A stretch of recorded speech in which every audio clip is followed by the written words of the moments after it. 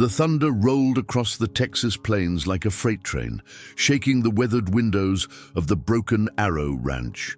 Jake Morrison pulled his worn cowboy hat lower over his eyes as he secured the last of the feed bags in the barn. At 42, his weathered hands moved with the practiced efficiency of a man who had spent decades working this land. But tonight something felt different. The storm wasn't just bringing rain. It carried an electricity that made his skin crawl with unease. Lightning split the sky, illuminating the dilapidated barn in stark white flashes. Jake had been meaning to fix those loose boards for months, maybe years. Time had a way of slipping through his fingers like sand these days. Ever since the accident 5 years ago, maintenance had become an afterthought, survival the only priority. The ranch that once buzzed with life now stood as a monument to his isolation, a testament to what happens when a man loses everything that matters. As he turned to leave, a soft whimper cut through the storm's fury. Jake froze, his hand on the barn door. The sound was barely audible above the wind, but it was distinctly human and distinctly afraid. His heart hammered against his ribs as he slowly turned back toward the sound. Could it be an injured animal? But no. That sound carried something uniquely human, something that made his protective instincts surge despite years of emotional numbness. Following the sound deeper into the barn, Jake moved carefully between the hay bales, his boots silent on the dirt floor. Another flash of lightning revealed a small figure huddled in the corner, partially hidden behind a stack of feed sacks.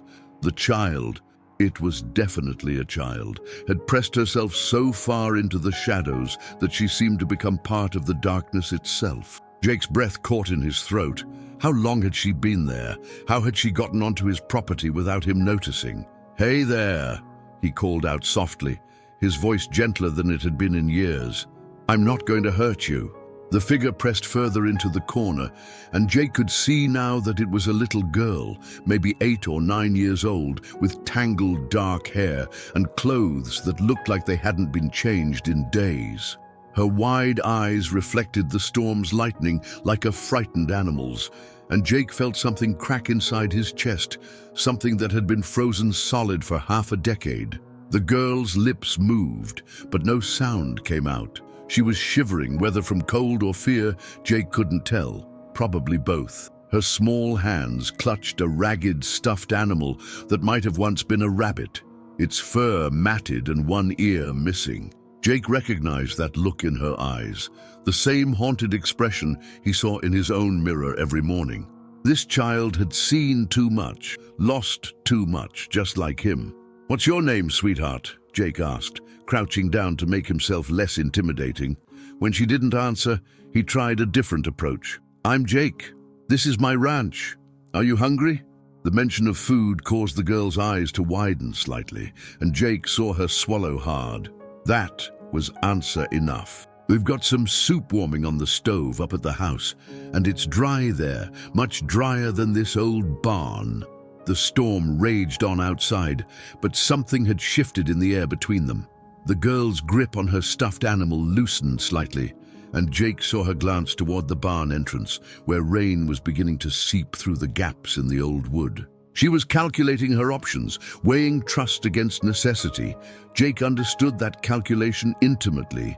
He'd been making it every day for 5 years. "You don't have to be afraid," he said quietly. "I know what it's like to be alone." And in that moment, as lightning illuminated both their faces, Jake Morrison felt something he hadn't experienced in years: purpose. This broken child had somehow found her way to his broken ranch, and maybe, just maybe, they could help each other heal. The girl had a name: Emma. She whispered it to Jake 3 days after he'd found her in the barn, her voice barely audible over the morning coffee he was brewing. She sat at his kitchen table like a ghost, her small frame dwarfed by the wooden chair that had once belonged to his daughter. Jake tried not to think about that, tried not to remember the sound of Sarah's laughter echoing through these same walls. But Emma's presence made forgetting impossible, and surprisingly, the memories didn't hurt as much as they used to. Emma ate like someone who wasn't sure when her next meal would come.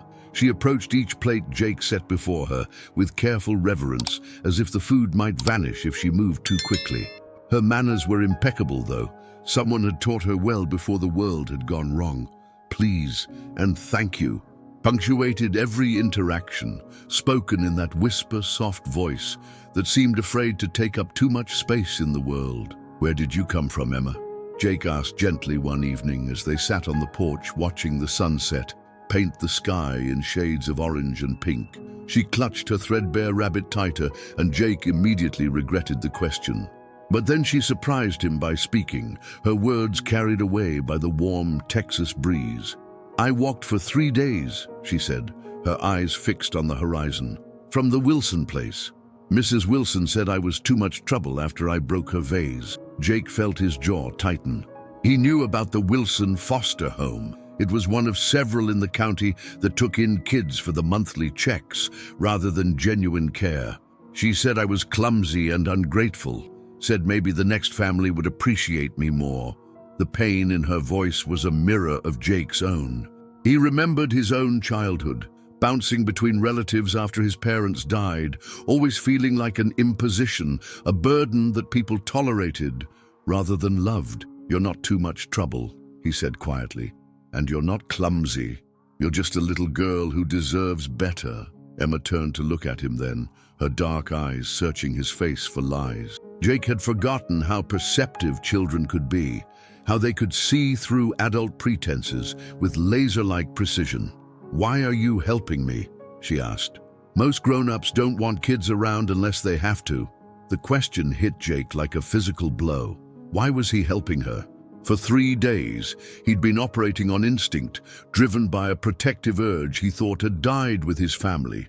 But now, faced with Emma's direct gaze, he had to examine his motivations more carefully. "Because," he said slowly, "I know what it's like to feel unwanted, and I know what it's like to lose everything." He paused, his throat tight with emotion. "Maybe we can help each other figure out what comes next." That night, Jake lay in bed, listening to Emma's quiet breathing from the spare room down the hall. He'd given her clean clothes, a pair of his late wife's old shirts that hung on her like a dress, and she'd asked for 3 baths, as if she could wash away whatever had happened to her before she'd found his barn. The house felt different with her in it, less like a mausoleum and more like a home, but the feeling terrified him as much as it comforted him. Emma began to open up in small increments, like a flower blooming in slow motion. She told him about the other foster homes, the Johnsons who made her sleep in the basement, the Millers who forgot to feed her when they went on weekend trips, the Garcias who were kind but already had 6 kids and couldn't afford another mouth to feed. Each story was delivered in that same matter-of-fact tone, as if she'd learned to disconnect from the pain to survive it. "How long have you been in the system?" Jake asked one morning as they fed the chickens together. Emma scattered grain with the focused concentration of someone who found purpose in small tasks. "Since I was 4, she said without looking up. "My mom got sick, real sick, and my dad," she trailed off, and Jake didn't push. He understood about fathers who disappeared when life got hard. "The social workers said I was lucky to have people willing to take me in, but I never felt lucky. I felt like I was always waiting for them to change their minds." Jake knelt beside her, watching as she gently coaxed a shy hen to eat from her hand. "You don't have to wait anymore," he said, the words surprising him even as he spoke them. "Not here." The black sedan appeared on Jake's dirt road like a harbinger of doom, its pristine exterior a stark contrast to the dusty landscape of the Broken Arrow Ranch. Jake watched from the kitchen window as the car approached, his coffee mug frozen halfway to his lips. Emma stood beside him, her small hand instinctively reaching for his arm, her body tensing like a deer sensing a predator. They both knew what this meant. The outside world had found them. Sarah Chen stepped out of the sedan with the practiced efficiency of someone who'd made this journey countless times before. Her dark hair was pulled back in a professional bun, and her navy suit looked expensive, but practical. She carried a leather briefcase and wore the expression of someone who'd seen too much heartbreak to be surprised by anything anymore. As the county's chief social worker, Sarah had a reputation for being thorough, but fair, though Jake had never had reason to test that reputation until now. "Mr. Morrison," she called out as she approached the porch. "I'm Sarah Chen from Child Protective Services. I understand you've been caring for Emma Rodriguez for the past week." The use of Emma's full name sent a chill down Jake's spine. It made her sound like a case file rather than the bright, damaged little girl who'd been helping him mend fences and collect eggs. Emma pressed closer to Jake's side, her breathing shallow and rapid. "It's okay," Jake murmured to her before addressing Sarah. "Yes, ma'am. I found her in my barn during the storm last week. She was scared and hungry. I couldn't just leave her there." He kept his voice steady, but inside, his heart was racing. Every instinct told him to grab Emma and run, to disappear into the vast Texas landscape before anyone could separate them. Sarah's expression softened slightly as she looked at Emma. "Hello, sweetheart. I'm Sarah. I've been looking for you. The Wilsons were very worried when they couldn't find you." Emma's grip on Jake's arm tightened, and he felt her start to shake. The lie was so transparent, it was almost insulting. If the Wilsons had been worried, they would have called the police immediately, not waited a week to report a missing child. "May I come in?" Sarah asked, though it wasn't really a question. "I need to assess the situation and ensure Emma's safety." Jake nodded reluctantly, leading them into the living room. The house suddenly felt shabby and inadequate through a stranger's eyes. Dust motes danced in the afternoon sunlight, highlighting the worn furniture and faded wallpaper. The place looked exactly like what it was, the home of a man who'd stopped caring about appearances years ago. Sarah took notes as she looked around, her pen scratching against the paper with mechanical precision. Jake watched her catalogue every detail, the stack of unwashed dishes in the sink, the laundry piled on the couch, the family photos that still hung on the walls like ghosts of happier times. "Mr. Morrison," she said finally, "I appreciate that you provided Emma with shelter, but this is highly irregular. You're not a licensed foster parent, and you haven't been through our screening process." "I wasn't trying to be irregular," Jake said, fighting to keep his voice calm. "I was trying to help a scared little girl who had nowhere else to go. Would you rather I had left her in the barn to fend for herself?" The words came out sharper than he intended, and he saw Sarah's professional mask slip back into place. He was handling this all wrong, letting his emotions drive his responses instead of thinking strategically. Emma spoke up then, her voice small but clear. "Jake didn't hurt me. He gave me food and a warm bed. He's been kind to me." She looked up at Jake with eyes that held a trust he wasn't sure he deserved. "Please don't make me go back to the Wilsons. They didn't want me there anyway." Sarah's expression softened again as she crouched down to Emma's level. "Sweetheart, it's not about wanting or not wanting. It's about what's best for you. Mr. Morrison seems like a nice man, but we have rules to keep children safe. We need to make sure any home is properly evaluated before a child can live there permanently." She glanced around the room again, and Jake could see her mentally calculating the deficiencies she'd found. "What would it take?"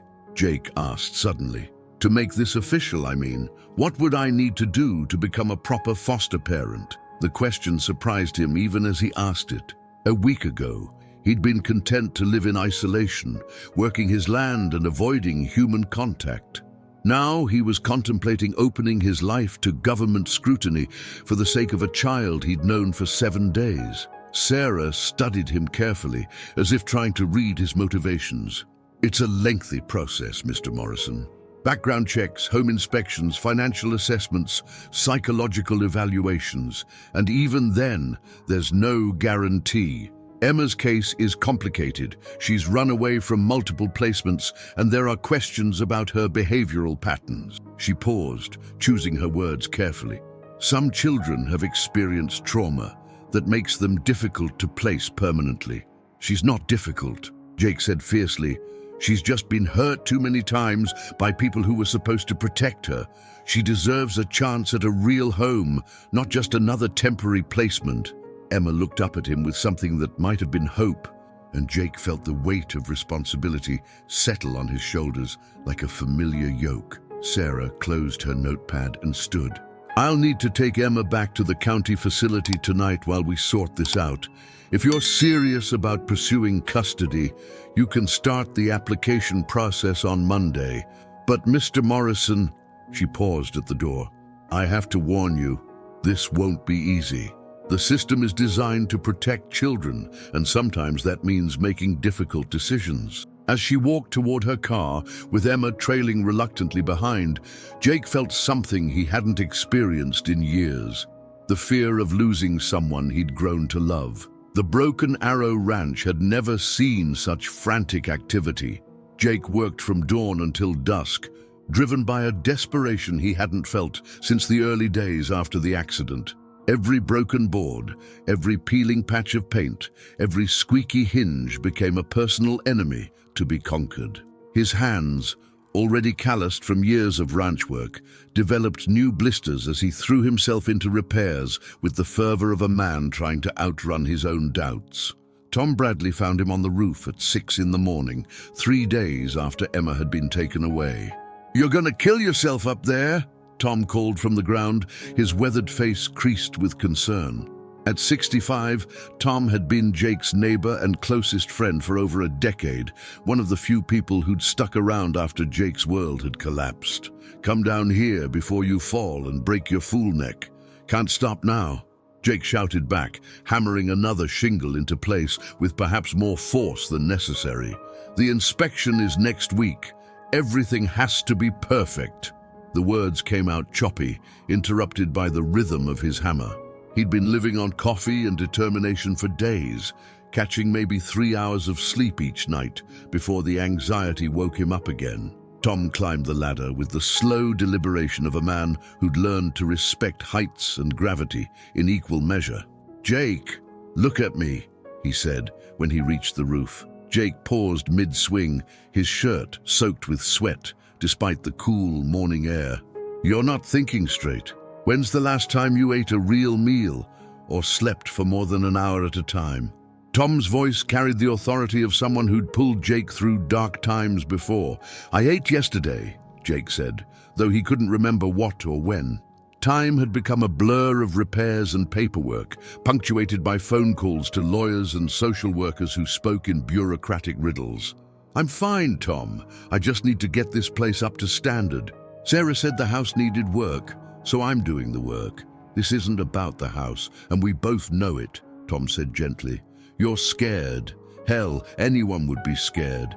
But killing yourself isn't going to bring that little girl home any faster." He gestured toward the ranch spread out below them. "Look around, Jake. Really look. You've accomplished more in 3 days than you have in 3 years. The place is starting to look like it did when Mary was alive." The mention of his late wife's name hit Jake like a physical blow. Mary had always been the one who cared about appearances, who planted flowers by the front door and insisted on fresh paint every spring. After she and Sarah died, Jake had let the ranch reflect his inner state, broken, neglected, slowly falling apart. But now, seeing it through Tom's eyes, he realized he'd unconsciously been trying to bring back the home Mary would have recognized. "She would have loved Emma," Jake said quietly, his voice barely audible over the morning breeze. "Mary always wanted more kids after Sarah. We tried for years," he trailed off, the old pain mixing with new fears in a cocktail of raw emotion. "What if I'm kidding myself, Tom? What if I'm too broken to take care of a little girl who's already been hurt too much?" Tom was quiet for a long moment, studying his friend's face. "You know what I see when I look at you these days," he said finally. "I see a man who's been sleepwalking for 5 years, suddenly wide awake. That little girl didn't just find shelter in your barn, Jake. She found purpose in your heart. Don't let fear talk you out of the best thing that's happened to you since the accident." 2 days later, Emma returned for a supervised visit. Sarah Chen brought her in the afternoon, explaining that these visits were part of the evaluation process. "She's been asking about you constantly," Sarah admitted, as they watched Emma run toward the newly repaired barn, "and about the chickens. She's worried that no one's been feeding them properly." Emma moved through the ranch like she belonged there, her small hands checking on each animal with practiced care. "You fixed the fence," she observed, running her fingers along the new boards. "And painted the barn. It looks beautiful, Jake." The approval in her voice made Jake's chest tight with emotion. He'd been working for official approval from the state, but Emma's opinion mattered more than any inspector's report. "I wanted it to be nice for you," he said, crouching down to her level. When you come home, I wanted everything to be safe and clean." Emma studied his face with that uncanny perception children possessed, seeing straight through to the vulnerability he tried to hide. "This feels like home," she said simply. "The other places never felt like home. They felt like I was visiting people who didn't really want me there." She paused, considering her words carefully. "But here, I feel like I belong. Like maybe someone actually wants me to stay." Jake felt tears sting his eyes, and for once he didn't try to hide them. "I do want you to stay, Emma, more than anything." The words came from a place deeper than conscious thought, from the part of him that had been dormant since loss had taught him that loving people meant losing them. "Then why are you afraid?" Emma asked, with the directness that only children could manage. "Sarah says adults are afraid of lots of things that don't make sense." Jake looked around at the ranch, at the fresh paint and mended fences, at the flower boxes Mary used to tend that he'd begun replanting, at the signs of life returning to a place that had been dying slowly for years. "I'm afraid because I love you," he admitted, "and I lost the last people I loved. But Tom reminded me that being afraid isn't a good enough reason to give up on something worth fighting for." Emma reached out and took his hand, her small fingers intertwining with his calloused ones. "We can be afraid together," she said with the wisdom of someone who'd learned that courage wasn't the absence of fear, but the decision to move forward despite it. "And maybe if we're together, we won't have to be afraid for very long." The nightmare began with a phone call at 7 in the morning. Jake fumbled for his cell phone on the nightstand, his heart already racing from the jarring sound. Sarah Chen's voice was tense, stripped of her usual professional composure. "Jake, we have a problem. Emma's birth father has surfaced. He's demanding custody, and legally he has rights that supersede any foster arrangement." Jake sat up in bed, the room spinning slightly as adrenaline flooded his system. "What do you mean he's surfaced?" Emma said her father disappeared when she was 4. Outside his window, the ranch was coming alive with morning sounds, birds singing, cattle lowing in the distance. But suddenly everything felt surreal and distant. "He's been in prison for the last 4 years, Sarah explained, her voice heavy with implications. "Drug charges, assault. He was released 3 weeks ago and apparently learned about Emma's situation through a relative. He's hired a lawyer and filed for immediate custody restoration. The hearing is scheduled for tomorrow." Jake's mind reeled. Tomorrow. After weeks of paperwork, home inspections and supervised visits, after Emma had finally started to trust that she might have a permanent home, everything was about to be ripped away. Can he do that? Just show up and take her after abandoning her for years? Unfortunately, yes. Parental rights are incredibly strong in Texas. Unless we can prove he's unfit or dangerous, the court will likely grant him custody. The fact that you're not even officially a foster parent yet works against us. Sarah paused, and Jake could hear papers rustling in the background. "There's something else, Jake. Something you need to know about Emma's past."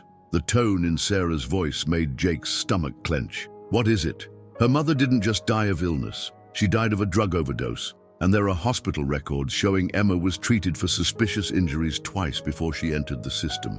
Injuries consistent with abuse." Sarah's words hit Jake like physical blows. "The father, Marcus Rodriguez, was questioned both times, but never charged. Emma was too young to provide clear testimony, and her mother was too scared to press charges." Jake felt rage building in his chest, hot and dangerous. The thought of anyone hurting Emma, sweet, gentle Emma who apologized for taking up space and thanked him for every small kindness, made him want to drive to wherever Marcus Rodriguez was staying and settle this the old-fashioned way. "She never told me," he said through gritted teeth. "She never said anything about being hurt. She was 4 when it happened, Jake. Trauma at that age gets buried deep. But I've seen her medical files now, and I've talked to her first caseworker. Emma has been running from foster homes not because she's difficult, but because she's terrified of being trapped with someone who might hurt her again. That's why she trusts you. You represent safety to her. That afternoon, Jake drove to the county facility to see Emma. She was waiting in the visiting room, her small frame dwarfed by the institutional furniture. When she saw him, her face lit up with a smile that didn't quite reach her eyes. She'd learned to read adult expressions too well for an 8-year-old, and she could sense something was wrong. "Are you okay?" she asked as he sat down across from her. "You look sad. Did I do something wrong?" The automatic assumption that she was to blame for any adult's distress broke Jake's heart all over again. How many times had she been made to feel responsible for things beyond her control? "No, sweetheart, you didn't do anything wrong. You never do anything wrong." Jake struggled to find words that wouldn't terrify her. "Emma, I need to ask you something, and I want you to tell me the truth, okay? Do you remember your father, your real father?" Emma's entire body went rigid. The color drained from her face, and her breathing became shallow and rapid. "Why?" she whispered. "Why are you asking about him?" Her hands began to shake, and Jake instinctively reached across the table to take them in his own. "Because he wants to see you. He's asked the court to let you live with him again." Jake watched as his words registered, saw the terror that flashed across Emma's features before she tried to hide it behind a mask of false calm. "I don't want to see him," Emma said, her voice small but firm. "I don't want to go with him. He hurt my mama. He hurt me too before the social workers came. I remember now. I remember being scared all the time when he was around." Tears began to stream down her cheeks, and she gripped Jake's hands like lifelines. "Please don't let him take me away from you. Please, Jake. I'll be good. I promise. I'll be the best kid ever if you just don't let him take me." Jake felt his own tears burning behind his eyes. "I'm going to fight for you, Emma. I promise you that. But I need you to be brave, okay? Tomorrow we have to go to court, and you might have to tell the judge what you just told me. Can you do that?" Emma nodded slowly, wiping her nose on her sleeve. "Will you be there with me?" "Every step of the way," Jake promised. "And Tom will be there, and Sarah too.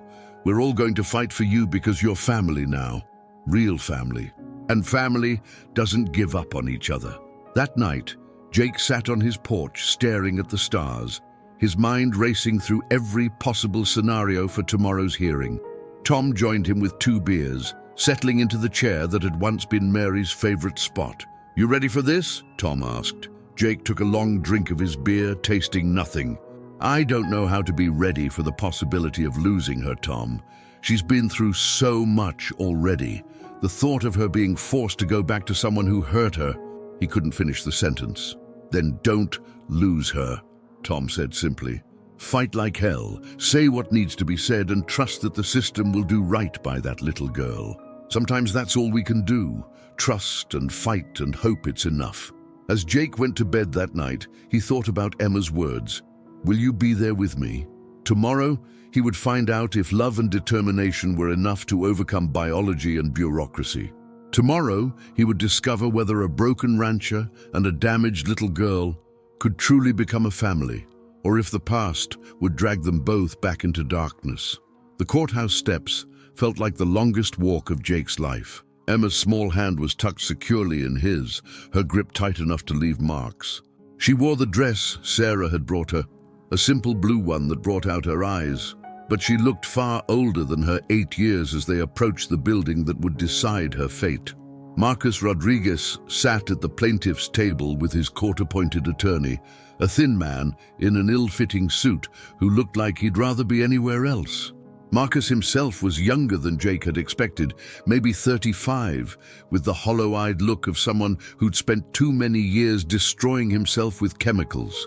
When Emma saw him, she pressed closer to Jake's side, her breathing becoming rapid and shallow. Judge Patricia Williams was a stern woman in her 60s who'd been handling family court cases for over 20 years. She reviewed the files with the methodical precision of someone who'd seen every possible variation of human dysfunction and tragedy. "Mr. Rodriguez," she began, "you're seeking to restore custody of your daughter after 4 years of incarceration. Can you explain to the court why you believe this is in Emma's best interest? Marcus stumbled through a prepared speech about rehabilitation and second chances, about how prison had changed him and how he wanted to be the father Emma deserved. But his words rang hollow in the sterile courtroom, scripted phrases that carried no real emotion nor understanding of what Emma needed. When it came time for Emma to speak, Jake watched her transform. The frightened little girl who'd hidden in his barn became someone stronger, someone who'd found her voice through weeks of safety and love. She looked directly at Judge Williams, her chin raised with quiet dignity. "Your Honor," Emma said, her voice clear and steady. "I remember my father. I remember being hungry because he spent our food money on drugs. I remember my mama crying when he hit her.